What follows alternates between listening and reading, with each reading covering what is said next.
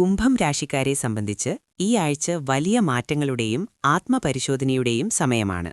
സൂര്യൻ, ചൊവ്വ, രാഹു എന്നിവ നിങ്ങളുടെ ഒന്നാം ഭാവത്തിൽ നിൽക്കുന്നതിനാൽ പുതിയ കാര്യങ്ങൾ ഏറ്റെടുക്കാനും നേതൃത്വനിരയിലേക്ക് വരാനും നിങ്ങൾക്ക് വലിയ ആവേശം തോന്നും.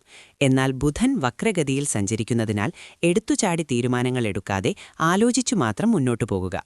നിങ്ങളുടെ ആശയങ്ങൾ മിനുക്കിയെടുക്കാൻ ഈ സമയം ഉപയോഗിക്കാം. തൊഴിൽ രംഗത്തും സാമ്പത്തിക കാര്യങ്ങളിലും ഈ ആഴ്ച വളരെ തിരക്കേറിയതായിരിക്കും. ചൊവ്വയുടെ സ്വാധീനം കഠിനമായ ജോലികൾ ഏറ്റെടുക്കാൻ നിങ്ങൾക്ക് ധൈര്യം നൽകുമെങ്കിലും ആശയവിനിമയത്തിൽ പിഴവുകൾ വരാതിരിക്കാൻ പ്രത്യേകം ശ്രദ്ധിക്കണം.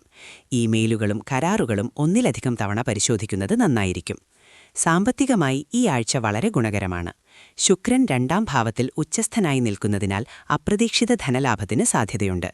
സർഗാത്മക മേഖലയിലും സാങ്കേതിക വിദ്യയിലും വിദ്യാഭ്യാസ രംഗത്തും പ്രവർത്തിക്കുന്നവർക്ക് വ്യാഴത്തിന്റെ അനുഗ്രഹത്താൽ വലിയ വളർച്ചയും അംഗീകാരവും ലഭിക്കും. കുടുംബജീവിതത്തിൽ സമാധാനവും സന്തോഷവും നിലനിൽക്കും. പ്രിയപ്പെട്ടവരുമായി സമയം ചെലവഴിക്കാനും ഹൃദ്യമായ സംഭാഷണങ്ങളിൽ ഏർപ്പെടാനും ഈ സമയം അനുയോജ്യമാണ്. പങ്കാളിയുമായുള്ള ബന്ധം ദൃഢമാകും. കുട്ടികളിലൂടെയോ വിനോദങ്ങളിലൂടെയോ സന്തോഷം തേടിയെത്തും. എന്നാൽ ഏഴാം ഭാവത്തിലെ കേതു ചിലപ്പോൾ ചെറിയ തെറ്റിദ്ധാരണകൾക്ക് കാരണമായേക്കാം. അതിനാൽ മറ്റുള്ളവരെ കേൾക്കാൻ കൂടി തയ്യാറാവുക. ആരോഗ്യത്തിന്റെ കാര്യത്തിൽ അല്പം ശ്രദ്ധ വേണം.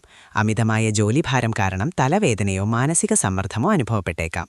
കൃത്യമായ ഉറക്കവും ധാരാളം വെള്ളം കുടിക്കുന്നതും ശീലമാക്കുക. ധ്യാനം ശീലിക്കുന്നത് മനസ്സിന് ശാന്തി നൽകും. ഈ ആഴ്ച ക്ഷമയോടെയുള്ള ആസൂത്രണം നിങ്ങളെ വിജയത്തിലെത്തിക്കും.